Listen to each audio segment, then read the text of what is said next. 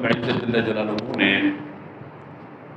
ارشاد فرمایا، یہ اب یہاں سے ایمان والوں کی صفات کا آغاز ہو رہا ہے۔ فرمایا وَعِبَادُ الرَّحْمَنِ الَّذِينَ يَمْشُونَ عَلَى الْأَرْضِ هَوْنًا وَإِذَا خَاطَبَهُمُ الْجَاهِلُونَ قَالُوا سَلَامًا۔ اور رحمان کے بندے وہ ہیں جن کی پہلی نشانی یہ بیان کی گئی کہ وہ زمین پر آہستہ چلتے ہیں، اور دوسری نشانی یہ بیان کی گئی کہ جاہل جب ان سے بحث کرتا ہے تو وہ کہتے ہیں السلام علیکم، یعنی کسی بھی جاہل سے وہ بحث نہیں کرتے بلکہ سلام کہہ کے وہ آگے بڑھ جاتے ہیں۔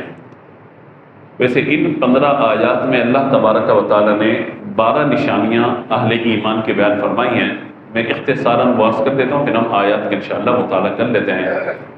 پہلی بات بیان کی گئی کہ وہ زمین پر آہستہ چلتے ہیں، یعنی نہ اتنا آہستہ کہ بندہ سمجھے کہ مریض چل رہا ہے، اور نہ اتنا تیز کہ لوگ تشویش میں مبتلا ہو جائے، بھائی کیا ہو گیا، بندہ اتنی تیز دوڑتا ہوا بھاگتا ہوا کیوں جا رہا ہے۔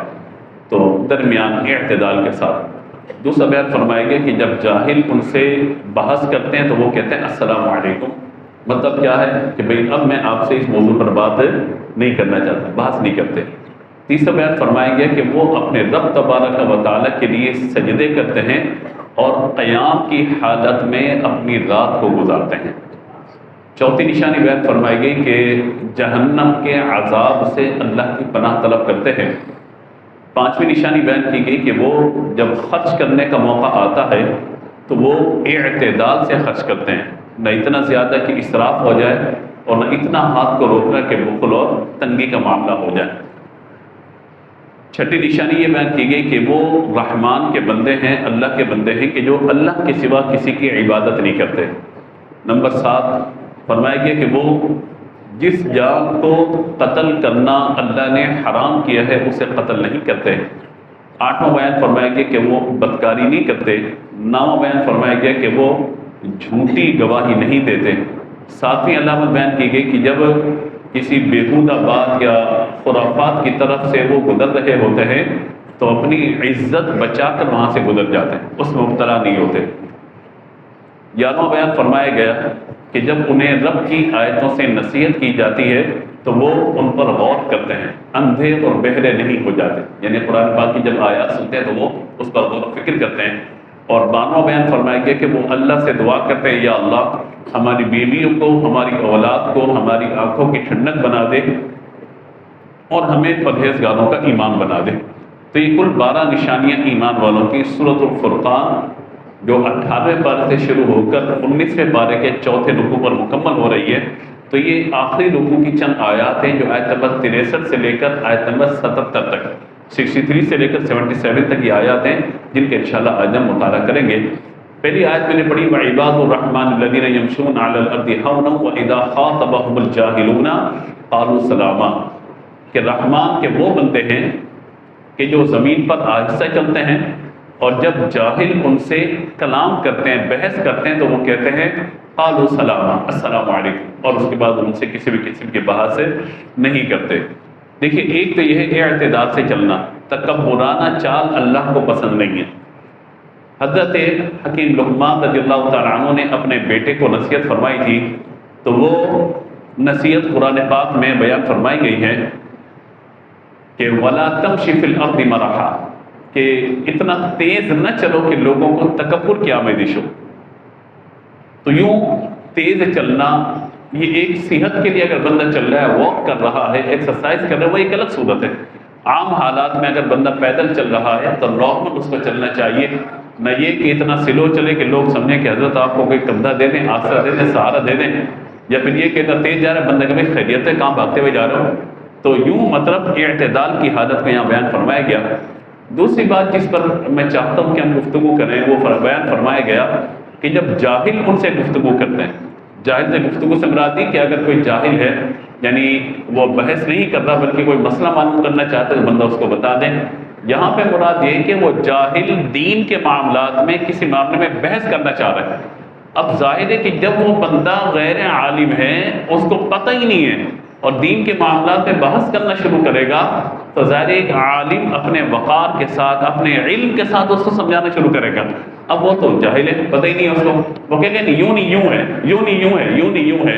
اور اس کے نظارے اگر آپ کو دیکھنے ہوں تو میں بڑی آسانی کے ساتھ آپ کو، ابھی چونکہ رمضان گزرا ہے، ٹی وی چینلز پر جو اینکر بیٹھے ہوتے ہیں، کوئی ایکٹرز ہوتے ہیں، کوئی کرکٹرز ہوتے ہیں، وغیرہ وغیرہ جو بھی ہوتے ہیں، ایک سے بڑھ کر ایک نمونے، اور اس کے بعد سامنے کون موجود ہوتا ہے؟ علماء، مختلف مکاتب فکر کے علماء ہونا تو یہ چاہیے بھائی آپ کے یہاں کیا فقہ کے اندر، فقہ حنفی کے اندر کیا ہے، اور اہل تشیع کے یہاں کیا موقف ہے، ٹھیک ہے، دونوں کا موقف لیجئے، تو آپ عوام کے سامنے وہ بات رکھ دیجئے بھائی آپ کا موقف کیا ہے، آپ کا موقف کیا ہے۔ آپ روزہ دیر سے شروع کرتے ہیں، جلدی افطار کرتے ہیں، آپ کا موقف کیا ہے۔ آپ جناب آپ جو ہے وہ دیر سے افطار کرتے ہیں، اس پر آپ کا موقف کیا ہے، بات ختم ہو جائے گی۔ آپ دیر سے کیوں کرتے ہیں؟ نہیں، حدیث میں آپ یہ کیوں کر رہے ہیں؟ اچھا ان کے یہاں جلدی ہے تو آپ کیوں دیر کر رہے ہیں یہاں پہ؟ بھائی آپ کیا کرنے کے لیے بیٹھے ہو؟ تو پھر اس کے ساتھ ساتھ اب دیکھیے کہ جھگڑے اور علماء کو اس معاملے کے اندر کسی ایسے پروگرام میں شامل ہی نہیں ہونا چاہیے جہاں پہ ایسی ڈیبیٹ ہو رہی ہو کہ جہاں پہ دین کا مذاق بنایا جا رہا ہو، دین کے معاملات کو مذاق بنا کر کے پیش کیا جا رہا ہو۔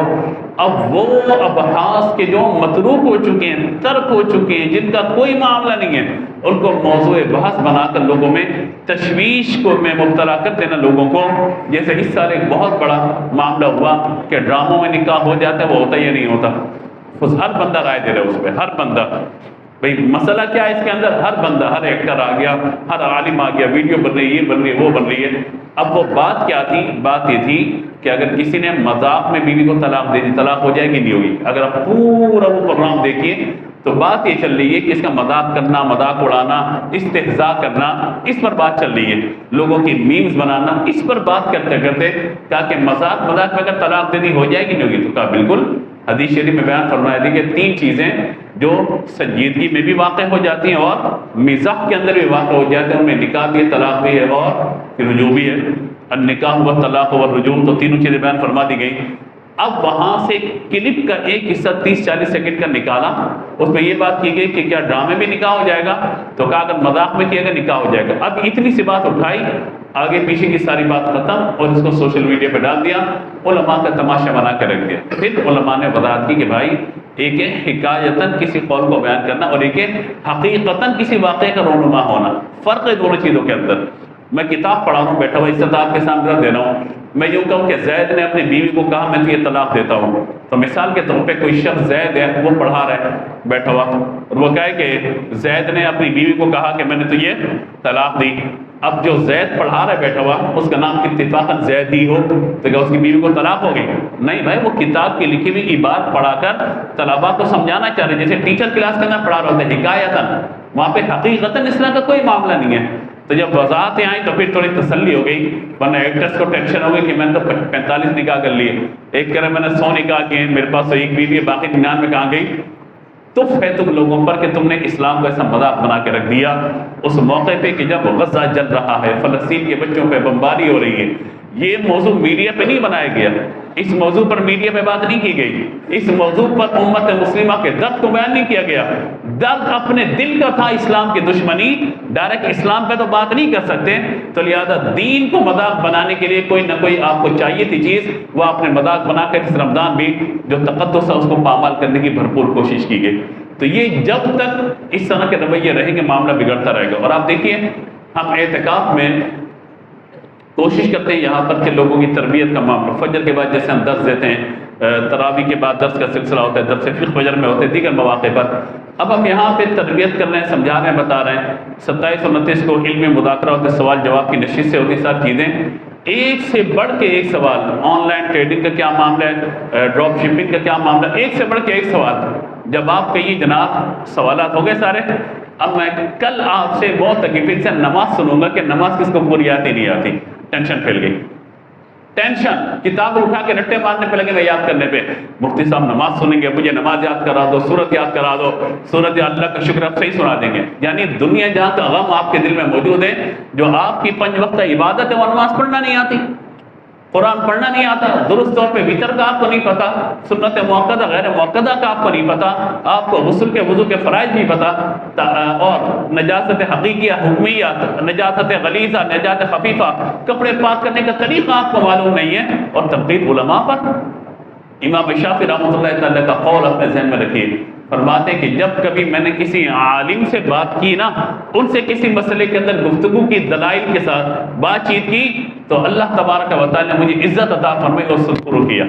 دلیل سے بات ہوگی نا، علم کے اعتبار سے، اور کہا جب کسی جاہل سے میں نے بات کی مجھ پر وہ غالب آ گیا، کیونکہ جاہل کو آپ کیسے سمجھائیں گے کوا جو ہے وہ کالا ہوتا ہے سفید نہیں ہوتا، اب وہ کیسے سمجھائیں گے؟ تو ماننی تو ہے نہیں اس نے، تو بات سمجھ میں آ رہی ہے؟ تو یوں دین کے معاملات میں خاص طور پر آپ سب کو میری نصیحت ہے عید کے موقع پہ کہ براہ کرم دین کے معاملات میں کسی ایسے شخص سے بات نہ کیجئے کہ جو دین کا عالم نہ ہو۔ اسی رمضان میں کیس میرے پاس آیا کہ جو ہے وہ بیوی نے شوہر کو اٹھایا، اٹھیے کام پہ جائیے، اٹھیے کام پہ جائیے، اٹھیے کام پہ جائیے۔ انہوں نے کہا نہیں جا رہا کام پہ، کہا ٹھیک ہے مرو سو جاؤ۔ انہوں نے کہا تو نے مجھے مرو سو جاؤ کہا، جاؤ طلاق دی طلاق دی طلاق دی۔ کہیں یہ کیا ہوا؟ تو بعد مسئلہ ہمارے پاس ہے، کہنا نیند میں انہوں نے طلاق دے دی، بتائیے نیند طلاق ہوئی نہیں ہوئی؟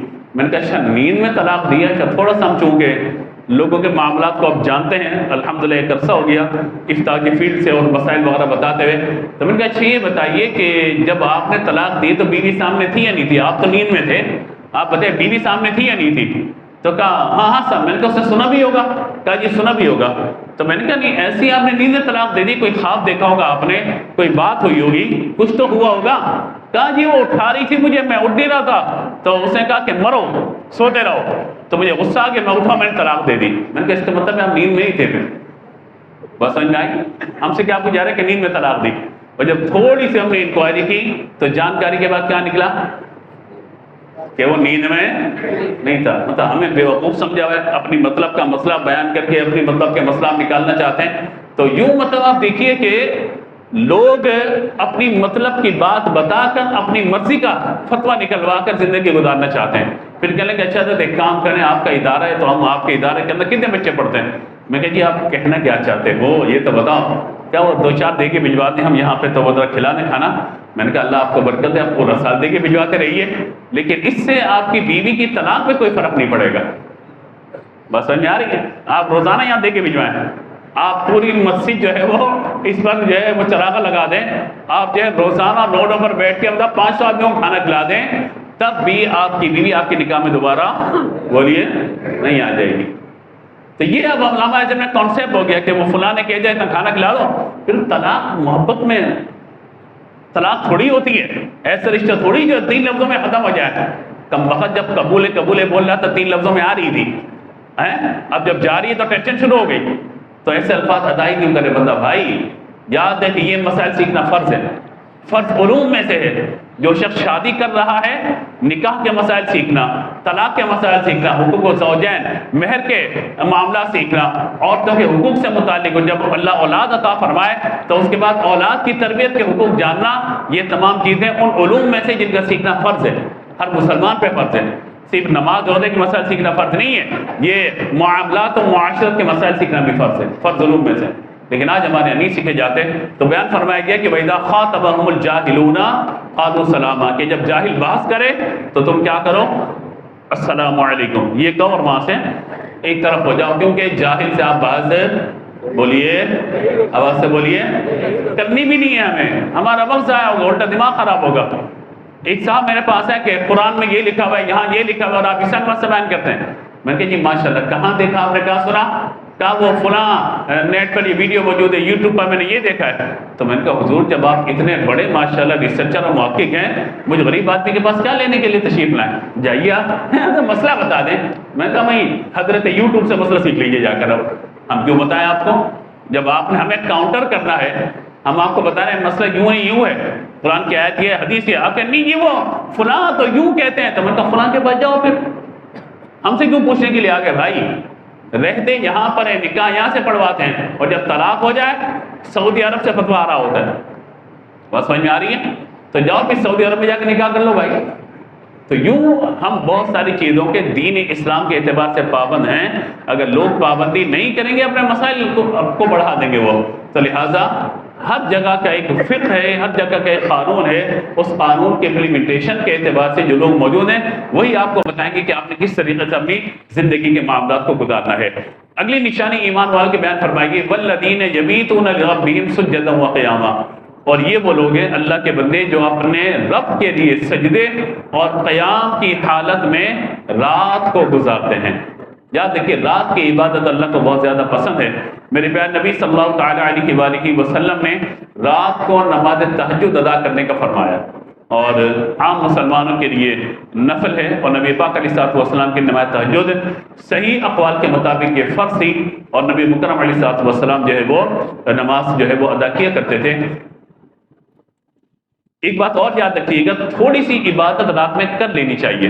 ویسے تو حکم یہی ہے کہ جو شخص شب بیداری کا ثواب چاہتا ہو عشاء کی نماز ادا کریں جماعت کے ساتھ، یعنی مردوں کے لیے، خواتین عشاء کی نماز ادا کریں، پھر فجر کی نماز مرد جماعت سے ادا کریں، فرمایا کہ پوری رات اللہ اس کو عبادت کا ثواب عطا فرمائے گا۔ اور اگر رات کو اٹھ کر عبادت کرنا ممکن نہ ہو تو جو اللہ تبارک و تعالیٰ کی رحمت سے آخری 2 رکعت نفل جو نماز عشاء میں سب سے آخری میں ادا کیے جاتے ہیں وہ نماز صلاۃ اللیل کہلاتی ہے، ورنہ نماز وتر پہ نماز جو مکمل ہو جاتی ہے رات کی نماز، کیونکہ نماز وتر رات کی نمازوں میں سب سے آخری نماز ہے۔ اسی لیے آپ یہ دیکھیں ہم ماہ رمضان میں تراویح ادا کرتے ہیں، وتر کب ادا کرتے ہیں؟ تراویح کے آخر میں۔ کیوں ادا کرتے ہیں؟ اس میں حکمت یہی ہے کہ نماز وتر کے بعد کوئی اور نماز نہیں ہے، نماز وتر کے بعد بولیے نا، آواز آ رہی میری آپ کے پاس؟ کبھی کبھی کہہ دیا کریں آپ بھی خوشی سے محبت سے، نماز وتر کے بعد کوئی نماز۔ اسی لیے وہ شخص کے جو رات کو سو کر تہجد میں اٹھنے کا عادی ہو اس کے لیے مستحب یہ ہے کہ وہ پہلے نماز تہجد ادا کرے، عشاء پڑھنے کے بعد سو جائے، رات کو اٹھ کے نماز تہجد ادا کرے، آخر میں نماز وتر ادا کرے گا تہجد کے بعد، افضل ہے اس کے لیے۔ لیکن اگر کوئی شخص ایسا ہے کہ جو عام طور پہ آج ہم لوگ دیر سے سوتے ہیں اور پھر فجر سے پہلے رات میں اٹھ کے تہجد پڑھنے کے تصور ہمارے یہاں سے غائب ہوتا چلا جا رہا ہے، تو لہٰذا پھر یہ کہ وہ نماز وتر ادا کر کے ہی سوئے، اور اس کے بعد جو آخری 2 نوافل ہیں نا وہ صلاۃ اللیل کی نیت سے ادا کر لے، اللہ تعالیٰ اسے رات میں عبادت کرنے کا ثواب عطا فرمائے گا۔ یعنی تھوڑی سی عبادت ہی صحیح لیکن یہ وہ کر لینی چاہیے تاکہ اللہ تبارک و تعالیٰ راضی ہو جائے۔ آگے بیان فرمایا گیا والذین اذا انفقوا لم یسرفوا ولم یقتروا وکان بین ذلک قواما، اور یہ اللہ کے بندے وہ ہیں کہ جب خرچ کرتے ہیں تو نہ حد سے بڑھتے ہیں اور نہ بخل کرتے ہیں، تنگی کرتے ہیں، بلکہ اعتدال کی حالت میں خرچ کرتے ہیں۔ خرچ کرنے کے 3 طریقے ہیں، ایک ہے انفاق فی سبیل اللہ یعنی اللہ کی راہ میں خرچ کرنا، ایک ہے اسراف اور ایک ہے تبذیر۔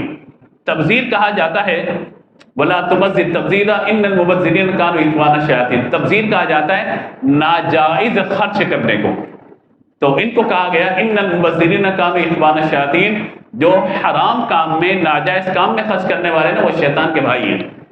اب جو ناجائز کام میں خرچ کر رہا ہو کہیں پر تو اس کو کیا کہا جائے گا؟ تو شیطان کا بولیے نا، ہم تو نہیں بولیں گے لیکن وہ قرآن کی روح سے سمجھ لے اس بات کو۔ اور تیسرا ہے اسراف۔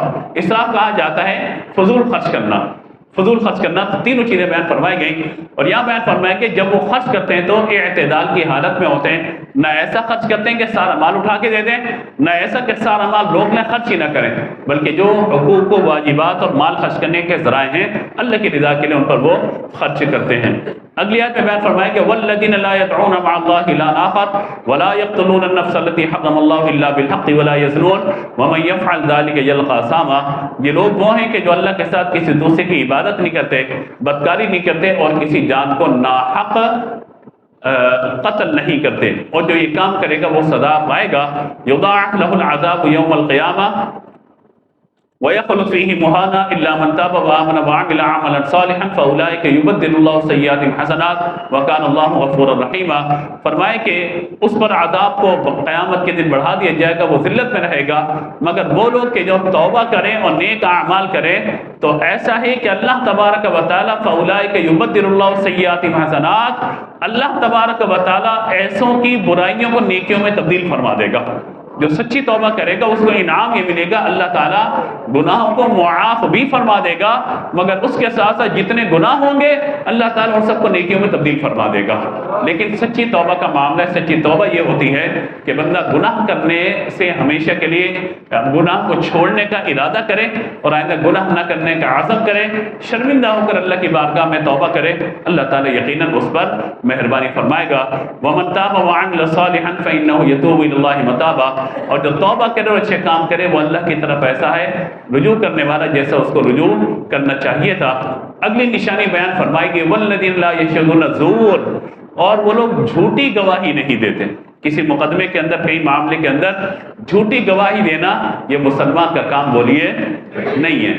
اور وَإِذَا مَرُّوا بِاللَّغْوِ مَرُّوا كِرَامًا، اور جب کوئی بےہودہ معاملہ ان کے سامنے آتا ہے تو وہ اپنی عزت بچاتے ہوئے سمجھتے ہوئے وہاں سے گزر جاتے ہیں، اپنی عزت پر فرق نہیں آنے دیتے. یعنی ایسے معاملے میں پڑتے ہی نہیں ہے کہ جس میں ان کی عزت پہ کوئی فرق آ جائے، ایسے معاملے کی طرف جاتے ہی نہیں ہے کہ ان کو تہمت کا نشانہ بننا پڑ جائے. وہ بالکل کنارہ کش ہو کر ایک طرف ہو کے نکل جاتے ہیں، اپنی عزت کو سنبھالتے ہوئے، محفوظ کرتے ہوئے. یہ معاملہ ہم سب پہ آ سکتا ہے، خاندان کے معاملات پہ، کبھی کہیں اور کبھی کہیں اور. اپنے آپ کو بندہ الزامات سے، تہمت سے مبرہ رکھے اور بالکل ایک طرف ہو کے رکھے، وہ کام ہی نہ کرے کہ جس سے خدا نخواستہ تہمت کا معاملہ اس پر آ سکتا ہو یا خدا نخواستہ کوئی الزام تراشی اس پر ہو سکتی ہو. اللہ تعالیٰ عافیت کرنے والا ہے. جو بندہ اپنی عزت کو سنبھالے گا نا، اللہ تعالیٰ اس کو عزتیں ضرور عطا فرمائے گا. اور جو لگے گا نہیں میں دیکھتا ہوں میرے سامنے کون آتا ہے، میں دیکھتا ہوں اس مسئلے کے اندر کوئی کس کا باپ بھی مجھے کچھ نہیں بول سکتا، کس کا باپ نہیں بول سکتا، ہر ایک کا باپ بولے گا. بات سمجھ میں آ رہی ہے؟ تو اپنی عزت کو سنبھالنا یہ عافیت کا معاملہ ہے. بندہ کنارہ کش ہو کر عافیت کے ساتھ گزر جائے. ویسے بھی فطروں کا زمانہ ہے، چھوٹی چھوٹی باتوں پر بڑے بڑے مسئلے ہو جاتے ہیں. والذین اذا ذکروا بآیات ربہم لم یخروا علیہا صما وعمیانا، اور یہ وہ لوگ ہیں کہ جب ان کے سامنے ان کے رب کی آیتیں پڑھی جاتی ہیں، یعنی قرآن پڑھا جاتا ہے، نصیحت کی جاتی ہے، تو وہ اس پر اندھے اور بہرے ہو کر نہیں گرتے. اندھے بہرے ہونے سے مراد یہ کہ نصیحت کو دیکھنا یہ آنکھ والے کی علامت ہے، نصیحت کو سننا یہ کان والے کی علامت ہے، اور نصیحت کو نہ سننا یہ گویا کہ بہرا ہو جانا ہے. نصیحت کو نہ دیکھنا، اہدنا الصراط المستقیم پہ نہ چلنا، یہ گویا کہ اندھے ہونے کی علامت ہے. تو فرمایا کہ یہ اندھے اور بہرے نہیں ہوتے. اور اب ایک نشانی ایمان والوں کی بیان کی گئی کہ ہمیشہ اپنے رب سے دعا کرتے ہیں، اور اس کے اندر دنیا کی زندگی بھی ہے اور آخرت کی زندگی بھی ہے. اور اسی آیت پر ہم درس مکمل کریں گے. والذین یقولون ربنا هب لنا من ازواجنا وذریاتنا قرۃ اعین واجعلنا للمتقین اماما. وہ یہ عرض کرتے ہیں، ہمارے رب ہماری بیویوں کو اور ہماری اولاد کو ہماری آنکھوں کی ٹھنڈک بنا دے. آمین بول دیجئے نا. اگر یہ دعا قبول ہو جائے، یقین مانیے سارے معاملات آسان ہو جائیں. یا اللہ ہماری اولاد کو اور ہماری بیویوں کو ہماری آنکھوں کی، آواز سے بولیے، یا اللہ جو بول رہا ہے اللہ اس کی بیویوں کو، یہاں دیکھیں بیوی کا لفظ نہیں آیا، بیویوں کو، مطلب یہ جمع کا صیغہ تمام مسلمانوں کے لیے. ہاں جمع کا صیغہ سب کے لیے. یہ فرمایا والذین یقولون ربنا، اے ہمارے رب ہماری بیویوں کو اور ہماری اولاد کو قرۃ اعین، ہماری آنکھوں کی ٹھنڈک بنا دے. کہہ دیجیے آمین. دل سے نکلنا آمین. آنکھوں کی ٹھنڈک سے مراد کیا ہے؟ ایسا تھوڑی کہ بیوی کو آنکھوں کی ٹھنڈک، اسے کہا یہ ٹھنڈا پانی لا کے آنکھ میں ڈالا میں آنکھوں کی ٹھنڈک بن گئی. مراد یہ ہے بیوی ایسے اعمال کرے جس سے شوہر کا دل خوش ہو جائے، اس کی آنکھیں ٹھنڈی ہو جائیں. یہ محاورہ ہے. اور اولاد بھی ایسے کام کرے کہ جس سے مرد کی آنکھیں ٹھنڈی ہوں اور وہ کہے کہ واقعی اللہ نے مجھے کیسی پیاری اولاد عطا فرمائی ہے. اور اللہم ربنا آتنا فی الدنیا حسنہ کی تفسیر میں اس بات کو بیان فرمایا گیا کہ دنیا اچھی ہونے سے مراد بہت سارے اقوال ہیں، مگر حضرت علی رضی اللہ تعالیٰ عنہ نے جو تفسیر بیان فرمائی وہ فرماتے ہیں اس سے مراد یہ ہے کہ اللہ تبارک و تعالیٰ بیوی کو شوہر کے مزاج کے مطابق اور شوہر کو بیوی کے مزاج کے مطابق بنا دے. یعنی اگر یہ ہم مزاج ہو جائے نا دونوں کہ بس ایک دوسرے کی آنکھ کا اشارہ، چہرے کے ایکسپریشن سمجھتے ہوں، تو یقین مانیے دنیا واقعی حسنہ ہو جائے گی، دنیا واقعی اچھی ہو جائے گی. تو یوں اس آیت مبارکہ میں بیان فرمایا گیا کہ اولاد بھی آنکھوں کی ٹھنڈک ہو اور بیوی سے بھی آنکھوں کی ٹھنڈک حاصل ہو. اور وَجْعَلْنَا لِلْمُتَّقِينَ إِمَامًا، اور اے رب ہمیں پرہیزگاروں کا امام بنا دے، پرہیزگاروں کا پیشوا بنا دے. یعنی ہم اللہ کے ذریعے دعا کرتے ہیں یا اللہ ہمیں نیک لوگوں کے گروہ میں شامل فرما لے، دنیا میں بھی آخرت میں بھی. ہم نمازیوں کے ساتھ ہوں گے، نماز پڑھنے کا دل چاہے گا. تلاوت قرآن والوں کے ساتھ ہوں گے، تلاوت کرنے کا دل چاہے گا. لیکن اگر ہوٹلوں پہ بیٹھنے والوں کے ساتھ ہوں گے، وقت برباد کر کے ہوٹل پہ یہاں کی دودھ پتی، وہاں کا کھانا، وہاں کا ریسٹورنٹ، وہاں کی آؤٹنگ، بس اسی چکر کے اندر ہم ہوں گے. لیکن اگر ہمارا تعلق قرآن کے قاریوں کے ساتھ ہوگا، دین کے علماء کے ساتھ ہوگا، محراب و منبر سے تعلق ہوگا، نمازیوں کے ساتھ ہوگا، تو یہ دین کا معاملہ ہمارے ساتھ انشاءاللہ چلتا رہے گا. ورنہ انسان کا نفس اور شیطان اس کو بالکل ہلاک و برباد اور تباہ کر کے رکھ دیتا ہے. اللہ تبارک و تعالی ہم سب کو عمل کی توفیق عطا فرمائے. الحمدللہ یہاں پر ہفتہ وار کو کورسز کا انشاءاللہ سلسلہ شروع ہوگا جو ہر ہفتے کو عشاء کی نماز کے بعد 1.5 گھنٹے کی کلاس کا سلسلہ ہوگا، تو لہٰذا وہ کورس انشاءاللہ اس کو آپ جوائن کیجئے گا، انشاءاللہ اناؤنسمنٹ ہو جائے گی۔ دوسرا یہ ہے کہ انشاءاللہ آپ سب سے گزارش ہے کہ جو 10 سے نظامی عالم کورس کرنا چاہیں 6 سال کا، تو اس کا بھی انشاءاللہ اہتمام ہے، اور 15 شوال سے انشاءاللہ کلاسز کا آغاز ہوگا۔ 3 سے لے کر جمعے تک روزانہ رات 9:30 سے 11:30 بجے تک کلاس ہوا کرے گی، تو جو احباب عالم بننا چاہیں اس کے لیے بھی توجہ فرمائیں۔ اللہ تعالیٰ ہم سب کو عمل کی توفیق عطا فرمائے۔ گفتگو میں کوئی غلطی ہوئی جو اللہ کی بات